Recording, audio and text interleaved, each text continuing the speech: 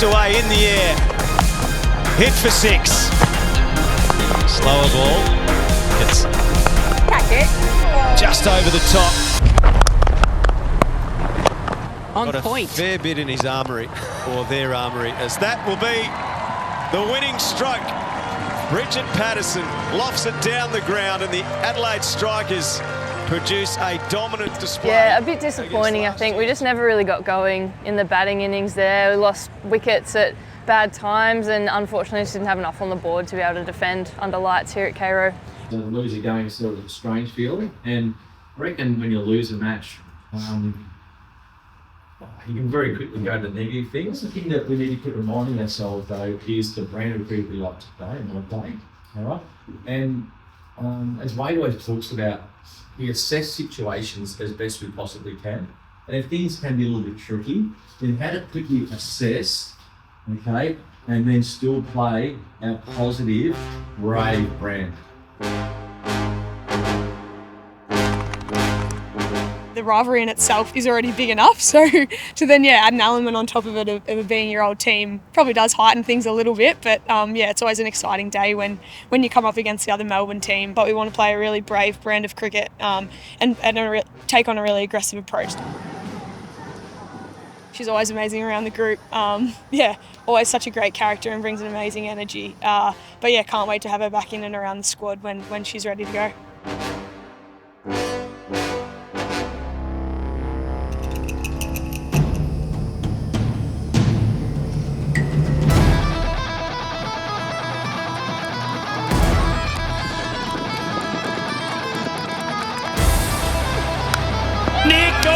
Brilliant catch. That's the end of the superstar.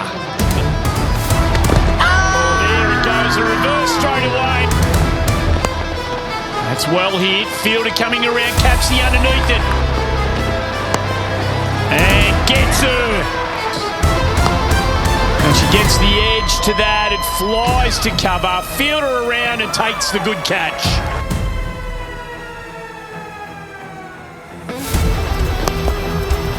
Nicely hit. That's nicely played again.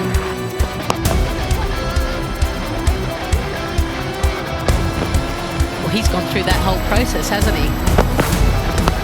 Gee, that's a great hit. Shout, finger goes up. She's trapped in front, missed the fully. And that's more like it. And it's beautifully struck. 6 for 130. She goes high in the air, it's hanging up there, Fielder getting underneath it. Oh no, they don't. And what a way to finish it. As good as any of them from Flintoff. Lovely lofted off drive to give the Renegades vital points against their crosstown rival in another terrific Melbourne Derby.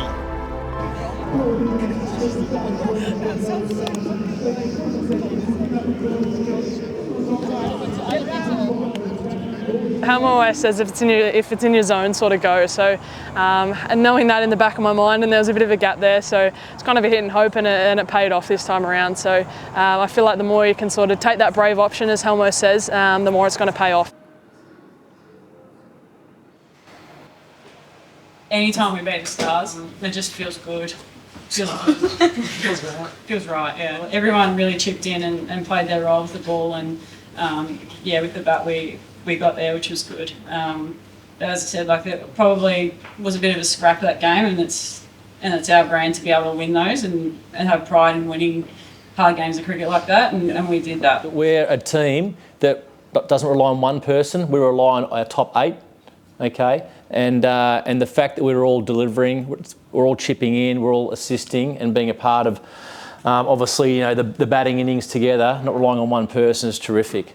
Tessie, you're a gun, mate. That's a fantastic finish today, mate. It's a fantastic finish. It was brave, but so after missing the first couple of balls, went bang down the ground, got her innings away. That's brave. All right, Deandra smacking that ball first ball in the surge. That's brave. Nick, what did you say? John was saying you're just so smart. So courageous, but so smart. All right, let's get straight into it because we almost touched on it before. You're living out of a suitcase because you're over here from Perth. But Millie, what's your relationship like with Qantas? Well, it is a sponsor for the WBBL, so I can't be too much. Which I think you've learnt in time, is that right? Yeah. Through this experience, you've discovered that they are a sponsor of the WBBL. Yeah, it's more of a Charis fault, I think. Whoa. So I had my luggage lost in Sydney coming back. I was the only person that had their luggage lost. And Boz's name, because her last name starts with B, like she's like the group, like, I don't know, her name has everything on it. So anyway. It's all under your, under gotcha. my name. Yeah, the group check-ins, they just chuck it under one name and Yeah. it's all yours. All Boz's name. So it was like 36 hours since I'd spoken to Qantas, and I'm like, where's my luggage? Like, it's only in Sydney. Like, it's not like an overseas flight or anything. Anyway, JJ, our team manager, texted me and was like, Boz has been screening someone's calls. She didn't know whose calls it were. It was a no caller ID, so it came through. Yeah, like fair. 6 I don't times answer in, them. like 2 days. I don't answer no caller Exactly. IDs. Voice message came through and it's not just like thank you. And I was like, it's some rando trying to contact me. Like, I'm not picking up. How many calls do you reckon you screened? Like 4. Ooh, And then I picked up the 5th time and it was like, hi, this is from Qantas talking about missed baggage. And I was like, oh no. Oh no. And I was like, they've got a WA address registered. Would you like me to send it there? And I was like, no, don't send it there. I was like, don't want that. Have you got your luggage back? No, so I was going to get it last night, and then Boz was a bit late to dinner and then a bit late getting home. So So the still courier don't have came to my your house luggage. and you missed them. Yeah. Oh. Yeah, she forgot that she also had my luggage in her room, so I still don't have it either. I've got it. She's got to get off this. It's fine. Yeah, in the car park. So Boz, the nickname, I'm so glad you brought that up because I remember I was doing a spring challenge game last year. I was commentating it and Charis, Bekker, your name was on the list. And I was like, surely your nickname is Boris or Boz. And I'm so glad that someone has put that together. Who came up with that? One of my coaches back in WA. Okay, good, because it has to be a lot older than you guys to, I to come up with that. Reference, and he was like Boris, and I was like, Do you know who Boris Bekker is? Or? Tennis player. Yeah. Yeah. Okay, you at least got that far, Yeah, I so got that's that far. good. And then it's just been like more from that. I got like Bozzy. I've been called Borry recently. Yeah. Borry's the fave. That's rough. That. Yeah, it kind of just all becomes shades of the one nickname. Yeah. Did you hate it at first? No, I don't really care what people call me, to be fair. That's good. Because usually the more you hate a nickname, the more Yeah, it I didn't like sticks. Borry, and Yeah. I tried not to reply when someone called me Borry a couple times. Yeah, It didn't work. No. Still Borry. Now we got Mitchell Starc, Josh Hazelwood at times, not so far in the Test summer, we haven't seen that yet, that are the two opening bowlers for Australia. We've got our combination right here for the Renegades with the new ball. What's the combination been like? So you usually open, or do you usually get the first over? Does it vary what the sort of matchup is, or Big Borry over here gets first over. you get it's very important that you get the new ball, isn't it? Yeah, get the Westpac ball. If the revolver gets hit in the crowd, really doesn't want it. He doesn't want me to keep it. I get that responsibility. So you get the right to choose your end then, if you're the very first, or do you kind of come up with, all right, would you like that end? Where should I bowl from? What do you think works best? Usually Millie picks end. Yep. Big fast bowls steaming in, want the wind behind her. Yeah, fair. Yeah. Do you like bowling into the wind as a spinner, or not? I don't really not mind. I do whatever. So you get to call boss. Did you make that known pretty early? Well, we've actually had more trouble figuring out who's going to be 10 and 11 each game. So that's I'm glad you got to that because I was going to get to that soon. All right, tell me how. So that's obviously to just be a bit alpha and say I'm 10, not 11, or is it I don't want to be 10? It's not us. It's Helmot. Oh, Helmut just likes to change it up, does he? We'll be like both padded up. He's like, get your pads on, both of us, and we're sitting there and we're like right next to each other. And it's like, realistically, we're 10, 11. So like about Why are we 3 or ready? 4. And we're like, so he doesn't tell us quite who's batting yet, and then he'll just look over and be like, Millie, you're in. So what is going through your minds? Obviously, opening the bowling in Big Bash is sometimes the most important sort of first few overs with the power play. What do you try and sort of achieve in your first couple of overs? We'll go, Charis, you go first. Just trying to get line and length. Where are you hitting? Like, does it change with the matchups? How do you sort of work through that game by game? Not heaps. I'm just trying to I sort of just swing them. I don't really turn them at all. So I just try to swing it in, and try and just build a bit of pressure. Hopefully get us off to a good, sort of sets the momentum in the start for the game. So if we get off to a good start, I think it helps a lot. So Yeah. I'm just trying to do that. And obviously wickets there are big, but dot balls are probably just as important in the first 4 overs. Yeah, I think I'm not really chasing a wicket. I'm more just trying to build pressure, and then I think that will bring about a wicket. Yeah. And yourself, Mel? Yeah, I think we talk a lot about 3 lengths, so just trying to control that as much as possible. So, I guess Charis has been doing such an awesome job opening. She's been able to control her lengths and lines really, really well. And last game was really awesome, where she bowled 4 overs for not much and took a couple of poles as well. So it's really, really cool to see. And then I think it's quite good because we work with each other. Like, say if I'll build dots at one end and then Charis will get some success, and then say Charis will build dots and then I'll get some success from the other end. So yeah, it's pretty nice what we got going, isn't it, Bozzy? It's quite nice because I also bowl like probably a quarter of her pace. Yeah. So you're off pace. And then Millie comes and like hits the deck and like whizzing past their ears. So your first ball after Millie's bowled an over, you might get a mistimed shot because of the change in pace, potentially. Probably like, well, it's moving backwards. Yeah. All right, here we go. So is there any truth to the Jeff Thompson comparison / study projects for you? Well, yeah, I guess there is, because my dad, I literally could not bowl when I was younger. I was like just a sub fielder, as you know. Yes. But no, I always bowled with a bent arm, and Dad showed me some videos of Jeff Thompson, like on YouTube or something. It was like, oh, like if you bowl it like that, you literally will not have trouble with the bent arm. So anyway, that's how it started. And yeah, I guess I sort of haven't really looked back since. I mean, like as we sort of spoke about, like no one's sort of changed my action or anything, so it just seems to work with my height and stuff. So when you were bowling, you had so much trouble with not chucking, basically. Literally, I was a chucker. Yeah. Like, so your dad's like, let's go to this real extreme here, where you just start here and just sling it around, and that's how it's kind of been born. Pretty much, because I was very, very I'm like pretty hypermobile, so like I had so much range that I was literally hitting the side nets all the time and stuff. This is with like doing the same Jeff Thompson like action. And anyway, I broke both my collarbones. Like one of them was running and one of them was playing football. And don't play footy. Yeah, Dad called that pretty quickly. And I lost a lot of range in my shoulders, and it actually helped my accuracy because I literally couldn't move my arm that far backward. Yeah. So like in hindsight, it's probably the best thing it's for helped it. The hypermobility. Literally. So really, without footy, you wouldn't be a cricketer. Yeah. I do love footy. Rate that.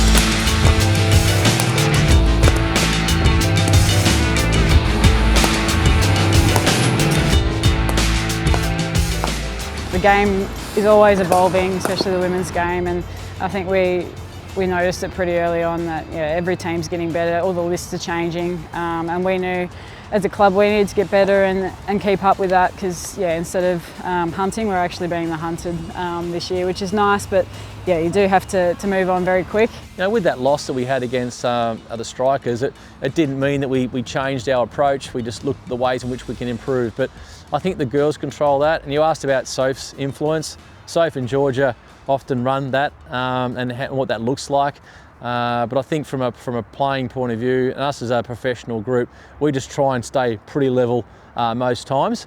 And hopefully that'll work for us throughout the campaign. Yeah, we're looking forward to getting back on the road again. I think the weather in Sydney is a bit nicer than down here at the moment. So, we've got a massive game against Hobart Hurricanes on Thursday.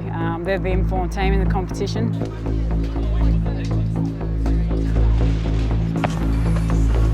Got her. Drops it short and dealt with comfortably. She's just going hell for leather now.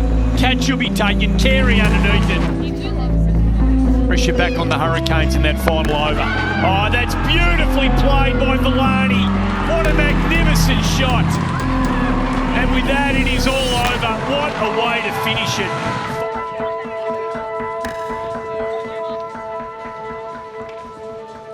When we came in today, you both said you've got the dogs out, you've got your Berks on. Yeah. I think you probably know where this is going. Your viral moment last year, giving out foot pics for free. Not free anymore. How did that all happen? Well, Em's obviously came off with a foot injury. She had her ankle taped up, and my ankle was also taped at the time, so they had a bit of a mix up there. Yep. And I could feel the camera on me. Like I think I was taking my tape off my feet or something, or putting something down, and I could see them like, because we've got a camera in the dugout, like a screen that you can see what's being played. Yes. And I'd like looked at the screen and could see my feet on the screen. I was like, what the hell? Like, this is so weird. And then Wolf sitting next to me was like, oh, put some dollar signs up and Yeah, just good. play into it a little bit. And so I did, and then it sort of went from there. Crazily enough. So I'm still getting DMs this day about foot pics and stuff, but Have you made any money out of it yet? Or no, I've got it. So I think last year, like some guy offered, we went and got teppanyaki. Yep. One night. There was like, what, 6 of us? It was a pretty hefty bill. It was too. like it was a lot of money. It It was was- like almost $1,000. There was like 8 or 9 of us went. Yeah, I reckon there was a few lot of of us. money, It was like, it was a couple $100 each, and I posted on my story, and this guy was like, oh, I'm going to pay for your teppanyaki. Like, I'm going to pay for all your meals and that sort of thing. And I was so close to giving in, like so close. Yeah, she gets this message being like, don't need to pay for dinner, it's all good, this guy's got it. And then we were like, oh wait, don't know how that'll go down. Yeah, no, not sure about that. He was like going to transfer me all this money, and like there was like I was getting so many DMs, and then like I think I spoke to Coyte or something, and she's like, you've got to declare this money if you're getting people like sending you this money. And I was like, oh, it's just too much hassle. I don't want to do it. So anyway, Well, if anyone from the ATO is watching, this is all good. She hasn't made any money from it. She's declined. Everything, Okay, she's all good. I've declared all of my Everything is above board. Declared teppanyaki, declared yochi, declared. Well, at least people talk about post-cricket career. Like, you're sorted. Yeah. You've naturally just already evolved into foot model. So you love your pubs. What about things that are a little bit more, I guess, like top tier, say like a chin chin or something like that? Have you experienced chin chin? Yeah, look, I copped a lot for that. So I've got a really deathly, I'm really deathly allergic to nuts. Oh. And chin chin's obviously everything on the menu is Yes, like Asian cooked fusion nut is oil, very, added yeah. nuts, like- Yep. So I was It's a looking big at the part of menu cooking. and yeah, but I wasn't going to miss out with all the gals, right? You know, FOMO. So I was like, okay, all the gals went, and I just thought I'd like bring along a little something for later. Like, Put it in the pocket. put it in the pocket, brought it along, Like an and then when EpiPen and then, and then when they pulled out their food, I'd eat my own meal because I brought my own meal. Yeah. So they all ordered their own food, and everyone's like, oh, order something, and I was like looking, and I was like, nuts, like, no way, I can't do this. And then they all ordered their food, and I tried to be real surreptitious about it, like that plate there, and I was like, right, like I can get this up. And it was literally in like a bread bag. Oh, no. Because like I didn't have a container, so I was like, right, I'll put it in the bread bag. And I just packed myself a sandwich. But my sandwich had mincemeat and mayonnaise in it. Oh my God. But can we just appreciate, I hit protein, taco I hit sandwich. carbs. Taco sandwich, yeah. But literally, hit protein, hit carbs, bit of capsicum there, hit my veggies, like tick, tick, tick. And didn't hit your allergy. Didn't hit my allergy. No nuts. Everyone's enjoying their meal. I had my sandwich. Don't see the issue with it. They lost it. They thought it was the funniest thing ever. I think that's the funniest thing ever too. I'm on their side. So Were you funny. there? I don't think I was that time, Right. but I have not heard the end of it. Yeah, since. I know. It's the funniest thing. Every time we go for dinner, it's now bring your sandwich. Yeah. I can see that.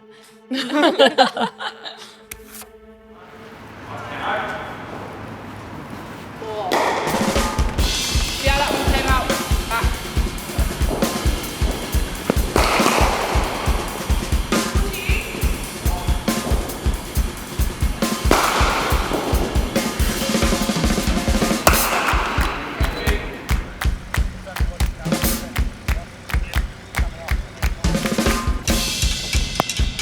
Top edge, catch taken. Gone. And at the end of this inning. Got it. Obviously an opportunity for Issy Wong. We haven't seen her in the WBBL since 07 actually. She played for the Sydney Thunder. Can you give us a bit of an insight of her journey since she's been away, and obviously what you said as well with the cap presentation? Yeah, it's been a hell of a ride for her over the last 3-4 years, obviously in and out of the England side. But yeah, for her to kind of, I guess, put all the hard work in. Not many people see the fun side of her, but she works bloody hard. So to see her kind of getting the rewards over the last year or so has been pretty awesome to be a part of. Got it. Wong just crashes through Allison. Another one sent back. Peschel goes to the big drive. And they keep attacking the stumps and they keep getting rewarded. Got hold of that. Well done, Deandra.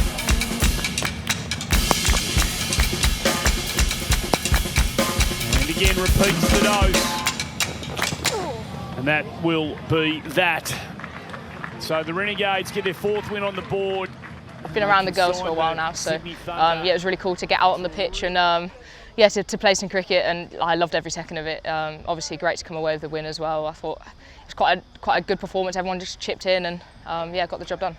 Kind of on the cards, I guess, all week, and I wasn't quite ready for the game against the Hurricanes at North Sydney, but yeah, I was really pleased to, I guess, get my cap today and yeah, get out there. I've got some family as well who came along, so yeah, it was really cool to get out there. We've got ourselves into a really good position at probably just over the halfway point of the comp, so yeah, I know how important momentum is at this point, so just taking it one game at a time and trying to build some of that positive momentum.